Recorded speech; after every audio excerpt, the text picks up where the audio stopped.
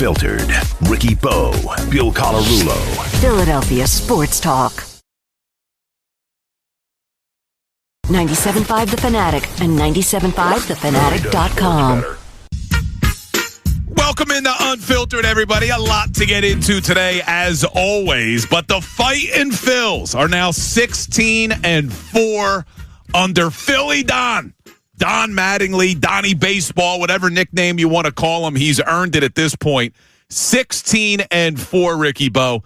But when I watched that game last night, the thing that jumped off the screen to me was you didn't have Kyle Schwarber. Bryce Harper goes 0 for 3. You didn't have Christopher Sanchez on the mound. You didn't have Zach Wheeler on the mound. You had Andrew Painter, and you had a lot of role players stepping up. Bryson, Stott, Alec Bohm. Are we seeing that outside of the big stars, outside of the guys like Schwarber and Harper and Wheeler and Sanchez, that these teams, these role players on this team are good enough for these guys to keep winning baseball games? Because you know, Ricky, it's got to be more than just the stars if this team wants to do something. I absolutely agree with you 100%. I think last night was that type of game where you look at and you almost take a deep breath and say, look, these guys can play. These guys at the bottom of the order can chip in when needed. But we also have learned a couple things. In these 20 games that Don Mattingly has been managing, we do know that Bryce Harper can carry a team. We do know that Kyle Schwarber could carry a team. But that's all we really learned. We know about the starting pitching. We'll get back into that in a minute. But the one thing you learned is that those two guys are elite, and they are those type of players that you could count on most of the time. But there are baseball. Come on, think about this for a second. Baseball, you bat 300, you're in the Hall of Fame, and that means you failed 7 out of 10 times. So you know that by law of averages, Harper, Schwarber are going to struggle, or they're going to get days off once in a while, which we saw yesterday with Schwarber being ill. He wasn't in the lineup. And you needed a different hero. Granted, first inning, you know what? Turner had a base hit, and then 2 walks followed and a couple sacrifice flies, and the Phillies scored 2 runs early. But when you needed somebody the most late in the ball game, who was big? Bryson Stott out of nowhere got himself a hanging slider hit out of the ballpark. And that, to me, I think this could be huge for Bryson Stott in the long run. Because I truly believe that he is definitely, if there was no plan for him to be a everyday player at the big league level, I think there is now. I don't see any way that you should bench this guy at all. Number one, defensively, he's the best infielder you have defensively by far. And then you look at his offense. I mean, numbers creeping up. Isn't that what you want to see? That means he's kind of getting some consistency. He's hitting left-handed pitching. He's not hitting righties as well, which is a little bit odd, but I think that will even itself out. And I think you're going to end up seeing about a 250 hitter this year. But the other guy is Alec Bohm. I mean, what happened? I mean, what really happened? We know he got the 2 days off. We know one of them was a complete rest day and a mental break. Was that all it was? I mean, isn't that fair to ask right now? Is that all it was just he needed a mental break from the game because of maybe everything that was on his mind at that given time? Because since Mattingly has come over, since he's got those couple of days off, he's been pretty damn good. Yeah, he has been pretty damn good. I mean, looking at the numbers, so Alec Bohm in his first 29 games this season was hitting 151. He only had 1 home run, 3 doubles, and 13 RBIs. Mattingly decides to give him the reset, sits him down for 2 days. Since that 2-game reset, he's hitting .429 with an OPS of 1.231. We've also seen him in the month of May. He's got 3 doubles, 3 home runs, and 8 RBIs in only 15 games. I mean, he's playing in these last 15 games this month. He's playing like an all-star, Ricky. Not only is he a role player that's stepping up, he looks like an absolute star in these 15 games. Well, he definitely is. And I think what has happened is he gained some confidence there, and he's kind of rolling with it. When you think about his last five games, last 5 games, he's 11 for 21. 11 for 21 in his last 5 games. I mean, you're not here's the facts that we have to kind of play through. I think we know who Alec Bohm is. He could hit for average. He could hit with runners in scoring position. He could do that kind of stuff. He's done it in the past, so that's what you look for. You look for what they have done consistently in the past, and that's the one thing that sticks out to me with Alec Bohm is that he could hit with runners in scoring position, and that's something, if you think back a couple of years when nobody else was hitting with runners in scoring position, he was always the guy you could count on. The other thing that you have to realize, yes, he hit a home run last night, but that's not him. That's not the type of player. So, in all honesty, we shouldn't even bring that up really anymore. We shouldn't say, well, how many is Alec Bohm going to hit? Is he going to hit his 25 home runs that he's supposed to? Maybe it's an unfair angle for him. Maybe we should start looking at him and saying, okay, from here on out, can he hit 280 the rest of the way? And see where his average ends up. That, I think, may be a more fair way to assess a guy like Alec Bohm rather than, oh, let's look at his home runs, because I don't think that's going to be a big number this year. Well, I agree with you. We really shouldn't talk about him as a power hitter. But in the 6th inning last night of a tie ball game, power hitter Alec Bohm stepped up to the plate, Ricky Bo. This is what it sounded like. Fly ball, left center field. It's hit pretty well. Friedel's going back. It is gone! Home run, Alec Bohm. His 4th of the year. The hitting streak's to 9, and the Phillies have regained the lead.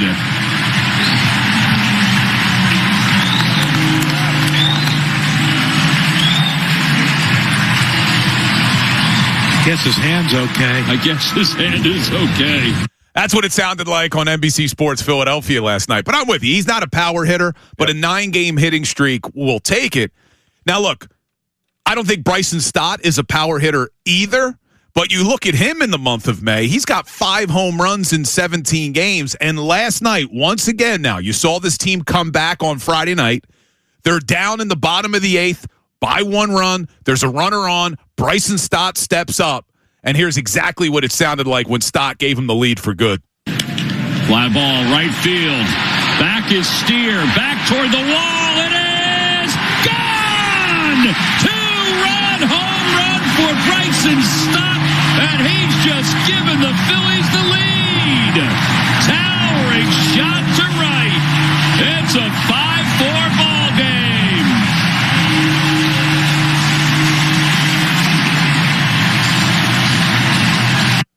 T-Mac, by the way, T-Mac sounding like it's the 7th game of the World Series last night. Oh, he's fired up, man. It was a rough start to the season. They're enjoying every minute of it now on NBC Sports Philadelphia. You're absolutely right.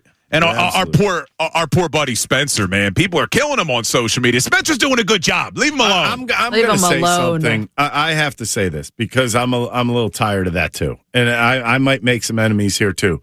He did not take that job. He was given something to do within the organization, and that's what he's doing. It is not him per se. I don't know why everybody's getting on him. He's just going out there doing a job. I think it's funny because everybody out there would do that job if they were asked.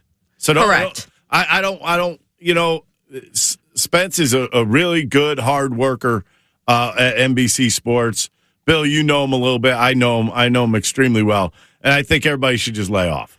Well, I also think, and not to give people too much behind the scenes here, but I don't think people realize that's not all he's doing over there. No, he's on digital, man. This dude's on digital every single night. Yeah, so it wasn't as if they went and they said, all right, we're going to hire this guy to replace the old person that did it. No, it was Spencer's doing a lot of other things, and now they've added this role as well. So leave him alone. He's a good dude. He's doing a nice job.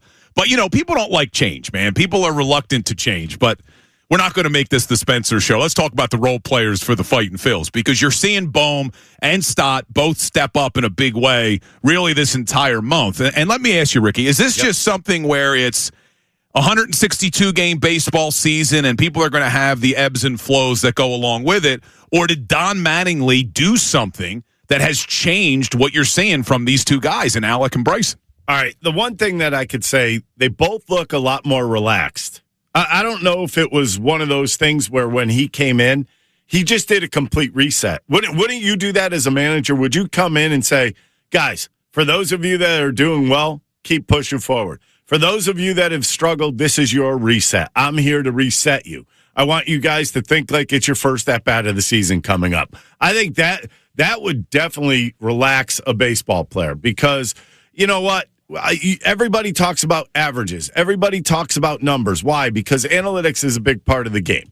And the one thing that you really have to understand is that there's still a huge human element in it, and it sits in your skull. And your brain could take over everything that you're doing out there. And I'm going to tell you, and this is no joke, I have had thoughts of like, I get the pitch, the number pitch, because we used to actually use numbers, and I'd be like, I'd say no, and the catcher would tap himself on the chest, which means that's coming from the bench. You got to throw it. And I'd have flashes that I'm going to throw this over the middle of the plate, and he's hitting a home run, and it has happened. So, I mean, it's one of those things where your mind kind of takes over certain situations, and when you're going bad, it gets worse. Like, it will make you think that it's going to get worse and worse and worse until something good happens to you. Until some positive reinforcement gets in your mind, you're gonna keep sliding. I think Mattingly came in with a positive reinforcement. Yeah, and look, it's working. 16-4, and it hasn't just been the role players. You also have now seen 2 strong outings from Andrew Painter. I mean, the starting pitching has been drastically better with Don Mattingly as manager compared to Rob Thompson. I don't really think that has anything to do with Mattingly. I think that was a matter of time. And one thing, even still, I don't know what Andrew Painter is going to do with his four-seam fastball because he's really struggling with it. He had, I believe, no swings and misses on it last night, maybe 3, or it wasn't. He had 3 all game. He didn't have any swings and misses on his four-seamer. He's got to start locating that if he's going to continue to use it because if I was going to tell him if you don't have confidence in it like that, go to the sinker. Just use your sinker. It's a fastball with movement. Why wouldn't you do that? Yeah, I mean, look, you're the expert when it comes to pitching, but let me ask you about the way Mattingly has handled him. So he gets the early hook in his last start. I think he only went 5 innings. And now this one, he had retired like 10 batters in a row, only threw 6 innings. His pitch count was, what did he throw at that point? He only threw 69 pitches. Yeah, so he only has 69 pitches. It seems like he's rolling a little bit. They don't let him come out for the 7th. And then Brad Keller on an 0-2 pitch leaves it hanging right down the middle of the plate. And, of course, the guy puts it out of the ballpark. Do you like the way Mattingly is handling Painter right now, where it almost seems like he wants to just get him out while the positives are there? That's right. You nailed it. You nailed it right on the head because what you don't want to do is keep him out there for something that's going to turn into a landslide that he can't stop anything. Let's face it. He goes 6 innings. He gives up 2 runs. Both of those runs, I mean, I was over at the ball game. The balls were not hit very hard. One of them was a dribbler. The other one stayed right on the first baseline. It wasn't crushed. There was just nobody there to get it. And he ends up giving up 2 runs in that inning, but then he kind of settles back and he understands what he needs to do to kind of move forward. I thought that's a huge positive to take with you. Now, the Phillies took the lead going into the 7th inning. So it was one of those things where I think I almost said Rob Thompson. I think Don Mattingly thought to himself, you know what, let's get him out of there. We got a bullpen that could finish this thing off. He gets out of there with a win. He gets 6 innings pitched, only gives up 2 earned runs. Everything there would add into a huge positive for Andrew Painter and maybe help him as his next start comes up. And the other thing is I think he's on a pitch count. I don't know, like I'm not saying like each game. I think like a pitch count for the season or for like a month or something like that, just to kind of get him to fall into place. But I think confidence is the main thing on his end right now. And I think the last 2 starts, 1 run up at Fenway and then 2 runs in his next start. I don't know. I know what people are looking for. People think he was supposed to be this guy that came up and was going to be the next Steven Strasburg. You remember Strasburg? He was nasty for the Nationals. Yep. And I guess you haven't really seen that. Why? Because strikeouts are sexy. And he only had 3 of those last night. Yeah, but the reason I get what Mattingly's doing, right? I do get like wanting to keep Painter in the positive, and you don't want him to have that bad inning.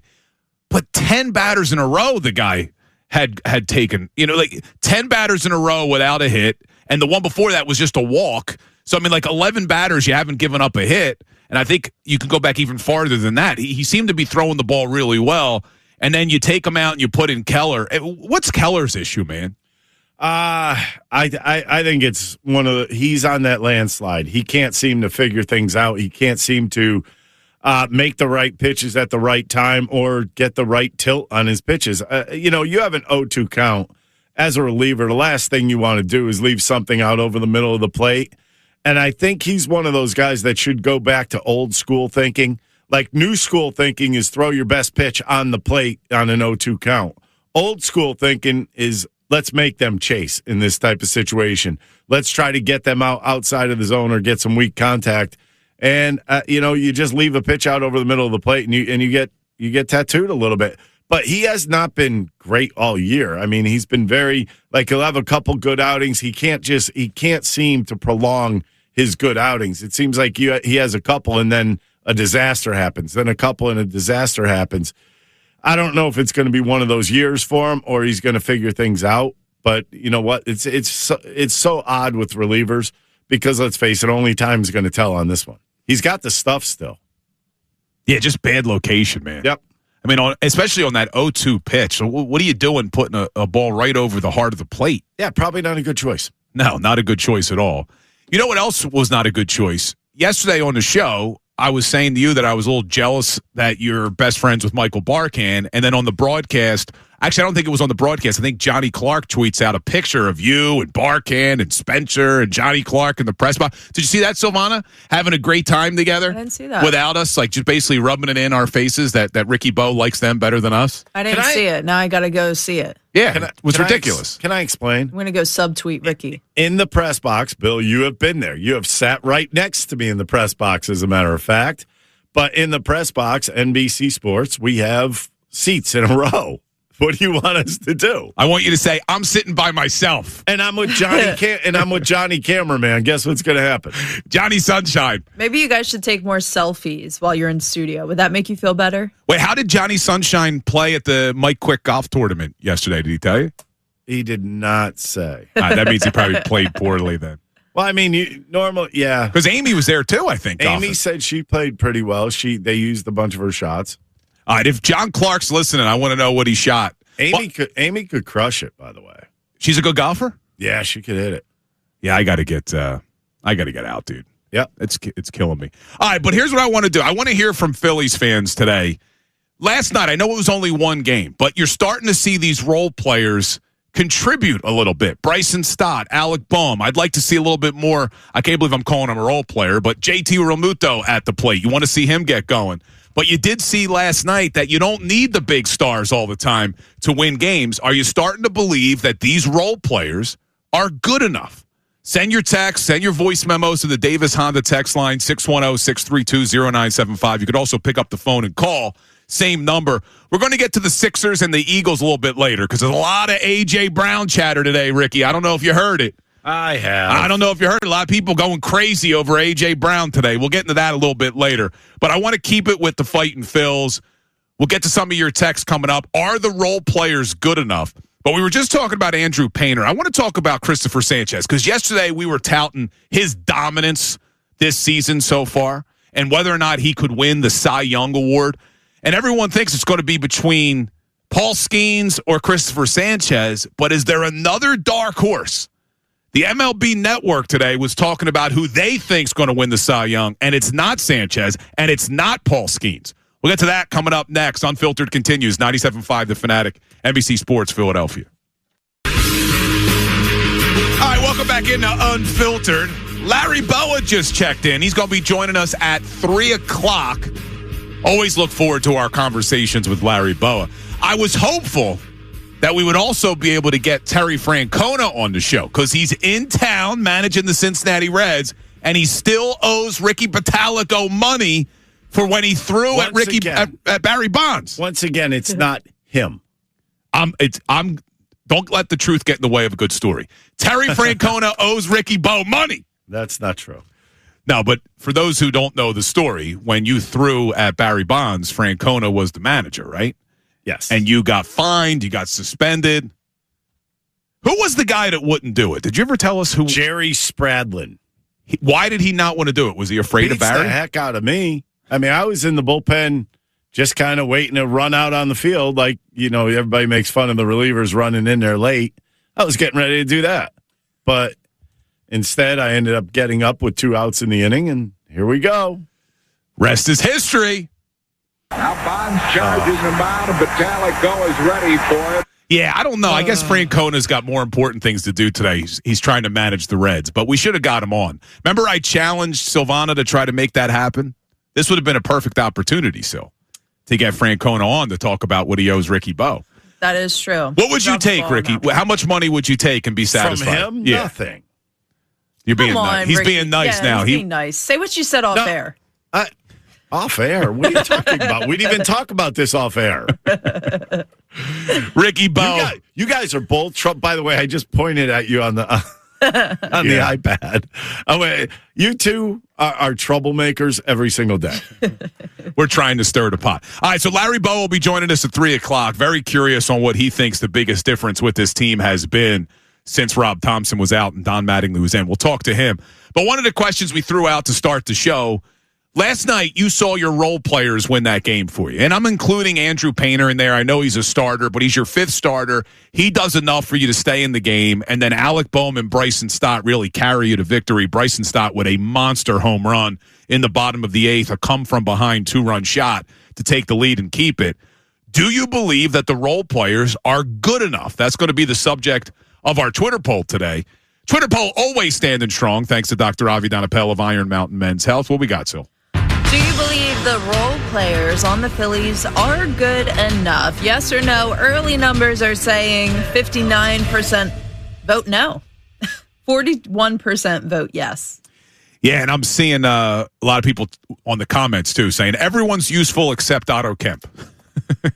Oh, man, I forgot to wear my AutoZone shirt. I don't even not until he gets a hit. You're not allowed to wear it until he gets hit. He went 0 for 2 last night. He's got a hit. What if actually it's like me wearing it so that way I manifest that he does get a hit, I don't think so. I think Otto Kemp has to go. He has to get a multi-hit game for the AutoZone shirt to come back. You can't wear an AutoZone shirt right now. The guy's hitting 091. Yeah, why? It would be like encouragement, positive encouragement. It's like a standing Ola for Trey Turner. Exactly. That's what I was going to compare it to. Well, maybe he needs one. He might need one. But no, I will ban the AutoZone shirt from the television until he has a multi-hit game. In all honesty, I think he's tougher than that. He knows it's going to come along. I mean, he's not going to get a ton of at-bats, which is why it kind of stinks to be where he is right now. But, I mean, if he has 1, 2, or 3 hit game, he's going to be hitting 300. Well, did you see he's got the beard going now? He came back up with the beard. Did he? When he was here earlier in the season. He had the mustache last season. Right? I think Just he had a a stash. beard when he came up earlier. He looked good last night, God bless him, as my grandmother would say. All right, speaking of God bless him, let's talk about Christopher Sanchez, because he has been on another level, especially his last 3 starts with what he's done. And we were talking yesterday, could he be the National League Cy Young? It's him, it's Paul Skeens, they're neck and neck in the Vegas odds.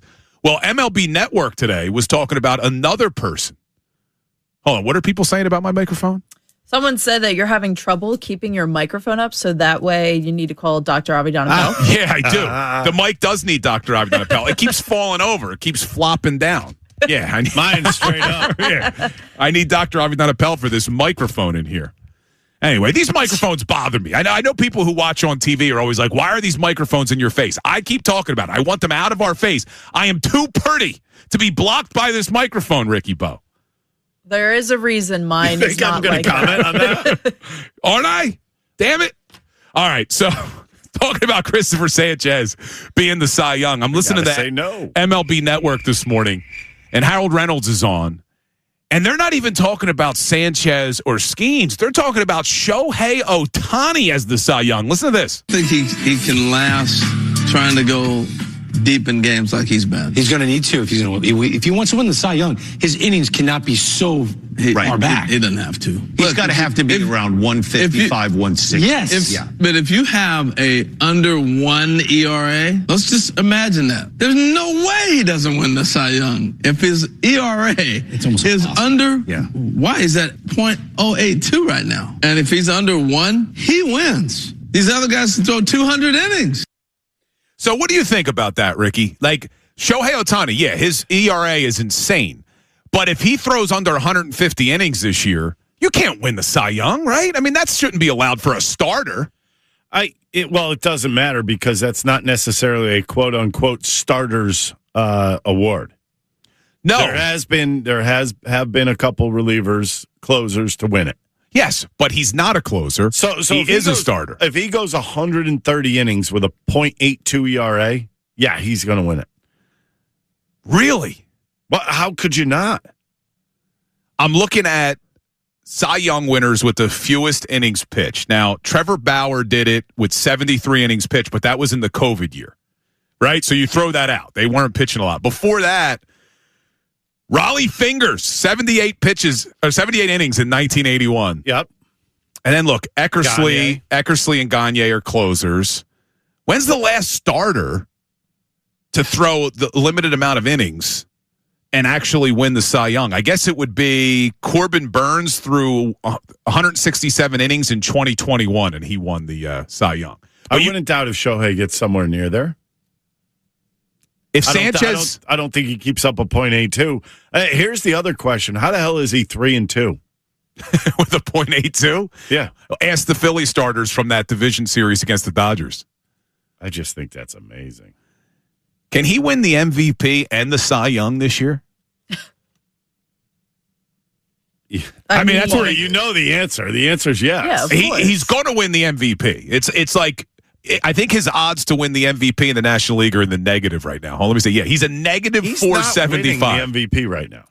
He's minus 475 to win the MVP. How in the world could this guy be up for the MVP when he's hitting 265, 7 home runs? Kyle Schwarber the name, man. is the closest to him at a plus 1,300. Okay, well, I see what they're doing. They're including his pitching into it. Don't you think? Oh, yeah, they definitely are. But I don't think you should because the MVP, and there's a reason there's a Cy Young, right? Yeah, but you could win an MVP as a pitcher. Yeah, I guess you can. It's like the Vezina in hockey. Yeah, it's just not easy to do it as a pitcher. Oh, man. But if he doesn't, could you imagine if Ohtani wins Cy Young and MVP and runner-up is Schwarber and Sanchez in both? And Ohtani beats him out on both because he plays 2 different positions, essentially? That would suck. That's not fair, dude. But that's the way it is. I mean, you just don't expect something like this. It's fair because he's the only one that could do it. If Sanchez throws over 200 innings and has an ERA in the 2s, and Ohtani doesn't hit 150 innings but has a lower ERA, I think it still has to go to Sanchez, doesn't it? If he's able to do it more consistently and stays in games longer. If they're somewhat close in ERA, yeah, it would be a toss-up, and then people would go to, well, look, he pitched a lot more innings. Not necessarily started more games, just pitch a lot more innings. He's averaging 6 innings a start. Who's that? Shohei. Yeah, but they're saying he probably won't be able to keep this up, Shohei Ohtani. I don't know about that. Have you ever seen anything like him, dude? No, it's like he's a bionic man going up against everybody else.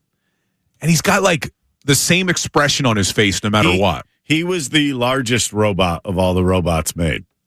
Yeah, he makes Jalen Hurts look like a comedian. Yeah. I mean, like when you think about it, it's sometimes you feel like you're playing a video game with that sounds MLB. like a DNA thing. MLB baseball, he'd be 100, both pitching and hitting. It's insane, man. He's just that good. And you know what? Think about this. There were times in the NL what did they play him in? The CS last year? No, the NLDS. DS. Yes. He looked gettable. And then there were times where if you leave something even remotely on the plate, he's going to destroy you. That's what baseball does to people. Yeah.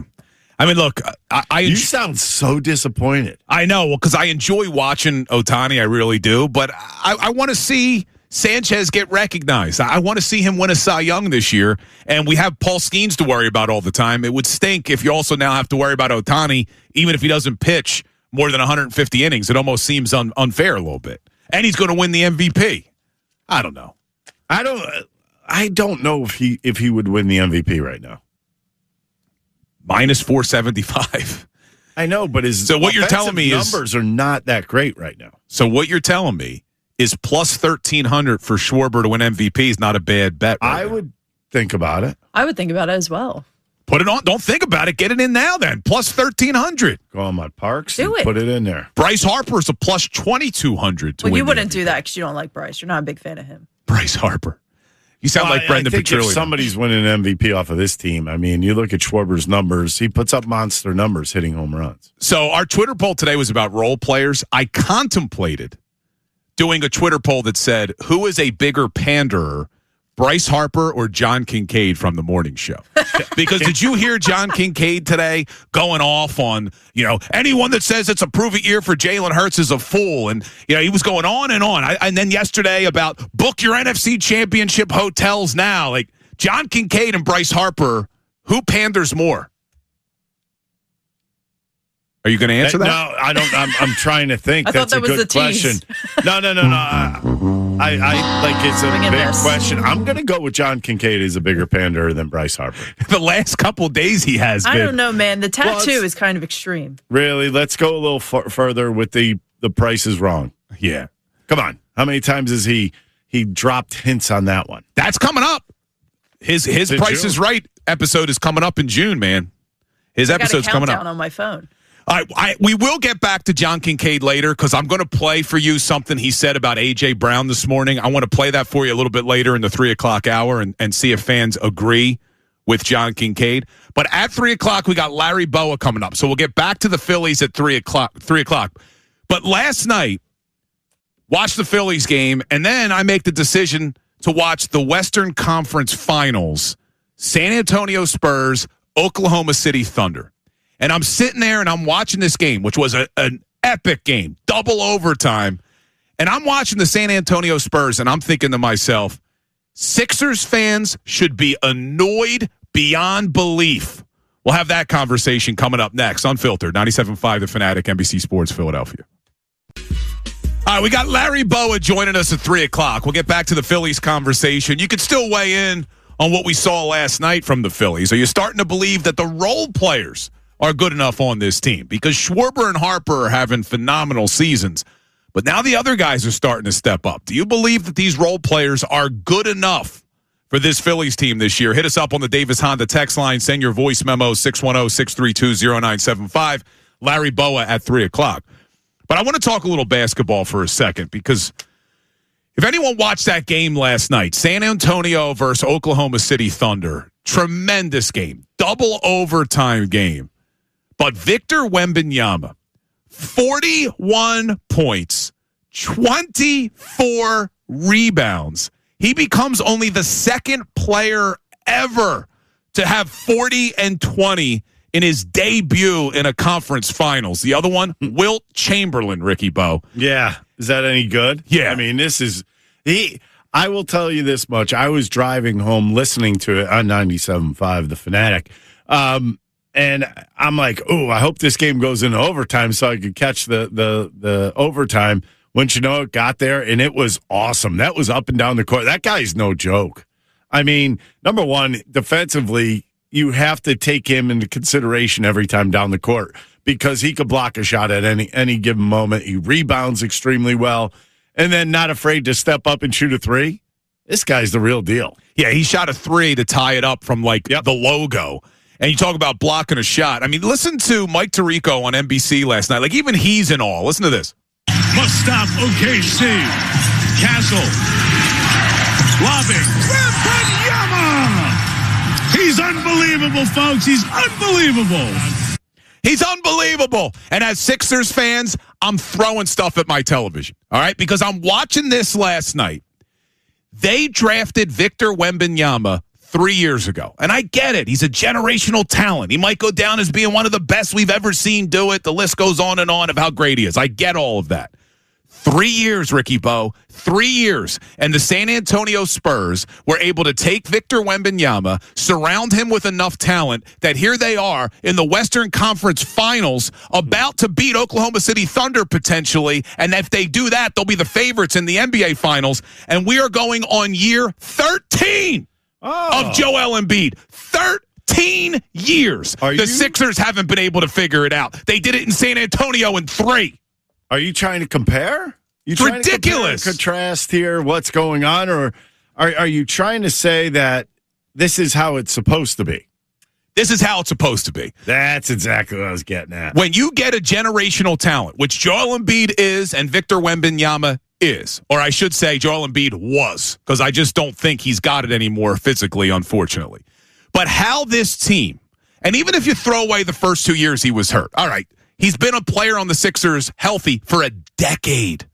And this team couldn't figure out how to build around him, and San Antonio was able to do it in Wembanyama's third season. Because, look, as good as Wembanyama is, they have surrounded him with a lot of talent. They've done a nice job of building depth with both veteran players, young players, and here they are. And we're sitting here now going on year 13 of Joel Embiid, and Josh Harris, when he meets with the media after firing Daryl Morey, he's sitting there with Bob Myers, and he wants everyone to know he's just as frustrated as all of us. Listen to Josh Harris. I think I'm very focused on setting up the team and the club to push through the second round and go to the NBA championship and achieve our goals. And, I care deeply for the team. No one's more frustrated than I am. I understand people's frustration. And, this is, having, going out and getting, someone as talented as Bob to kind of, help Philly achieve its goals. This is the next step in our evolution. And so, all I can tell you is that I'm sweating it really hard. I'm sweating it just as hard or harder than as any of the fans. But that's what I'm focused on. And, I understand people's frustration. All right, so I get evolution. It's a press conference, Ricky. I get he has to say these types of things. Right. But you are not sweating it harder than the Sixers fans are. 0% chance. There's no way you are. Because you own the team. You're not sweating it. You're sitting there wondering what it's going to take to make things better. And it's not an evolution because you went to the process, then you got Embiid, and now here we are, still haven't won in the second round. So how is that an evolution of this team? It hasn't been. And look, Josh Harris, I don't think he's as bad of an owner as some make him out to be. I think he wants the team to win. I do too, but I also think he's more of a businessman than anything else. So the Sixers are still profitable and they're still making money, and that's why he's not sweating anywhere near what the fans are. Also, Harris, he's been here a while. I think he's owned the team now for 15 years. The original group that bought it, I think that was like 15 years ago. It was a while. Sixers fans have lived with this team for 42 years without a championship. So simply based off of that fact alone, you're not sweating as much as the Sixers fans are. And when that, I don't know, I'm very curious if other Sixers fans feel like I do. I'm watching that last night, and as much as I'm in awe of what Wembanyama's doing, I'm also just angry that the Sixers haven't been able to figure it out with all the changes, and they went from Hinkie to Colangelo, Elton Brand, Daryl Morey, all the coaches that they've had, all the draft picks that they've had, all the free agent signings, all the money that's been spent, and we're still sitting here, and now it feels like, what is the future? Like, when are they going to get out of this weird purgatory? And you turn around and you see San Antonio, and year 3, do you realize the dynasty that the San Antonio Spurs might become if Victor Wembanyama continues to play and continues to grow? The kid's only in his 3rd season. How old is he? 20-something years old? How old's Wembanyama right now? 23 or something like that? He's young. Hold on, let me see, because I know he's the youngest player to ever drop. Yeah, he's the youngest player in history with 40 points and 20 rebounds in a game. He's 22. Oh, my God. 22 years old. 22 years old. Are you kidding me? And it is an absolute joke because he is a beast. You remember last year he kind of got pushed around a lot. That doesn't happen anymore. He's kind of pushing back. He's kind of taking that next step at the NBA level, and the next step is about as high as you're going to be. I mean, he is that good, and what he put up last night was against probably the best team in the league. So, I mean, this is a team that's going to be reckoned with for a long time. You think about Wembanyama, and how about Stephon Castle, number 1 pick in 2024? Dylan Harper, 2025 number 1 pick. Those are the guys that surround him. Those guys had 41 points combined last night between the two of them. They've done an excellent job of building a team around Wembanyama, and that's why I'm getting so angry last night, because it's also we can't go back and change the last decade. Like this now, you look back at Joel Embiid's 10-year tenure with the Philadelphia 76ers. Some of it you could put on him. Some of it is bad luck with the injuries. But it was also, they did a terrible job of building around him. And because of it, we wasted the Joel Embiid era. Everything that this franchise went through, the process and all those years of struggle was wasted. And then you see teams like San Antonio and even Oklahoma City and the way they were able to build their teams and do it the right way, where not only are they having success, they're going to have sustained success. And we're sitting here wondering what's next for the 76ers. It's a frustrating time, man. Well, I mean, when you're as young as they are, what? You have Stephon Castle, who is 21, by the way. Yeah, I mean, you just look at their team; they're not going anywhere fast. And you have Dylan Harper, who's 20. So you're talking about three guys in their low 20s. Yeah. This is like a rekindling of the Tim Duncan era. The Twin Spurs. Yeah, Duncan, Robinson. Now, somebody did write in the text board. I'd love to hear from Sixers fans about their frustration level with this. But someone on the Davis Honda text line is saying, would it even have mattered if they built around him better? What were they saying, Sil? All right, so Bob says, even if you had surrounded Embiid with talent, would the outcome have been any different? He was never healthy in the playoffs anyways. I have to believe it would have been different. If you're telling me that the first-round draft picks that they used after Embiid on Jahlil Okafor and Markelle Fultz, and then all the free agent signings that they've done over the last decade of older players that didn't work out, and just mistake after mistake after mistake, and the Al Horford contract that they gave him when clearly he couldn't play with Joel Embiid. That was a terrible signing. Daryl Morey, to his credit, was able to get out from under that contract, but it always felt like they were trying to make up for mistakes, and now we're right back in the same category of trying to make up for the mistake of giving Joel a 3-year extension and Paul George a 4-year contract.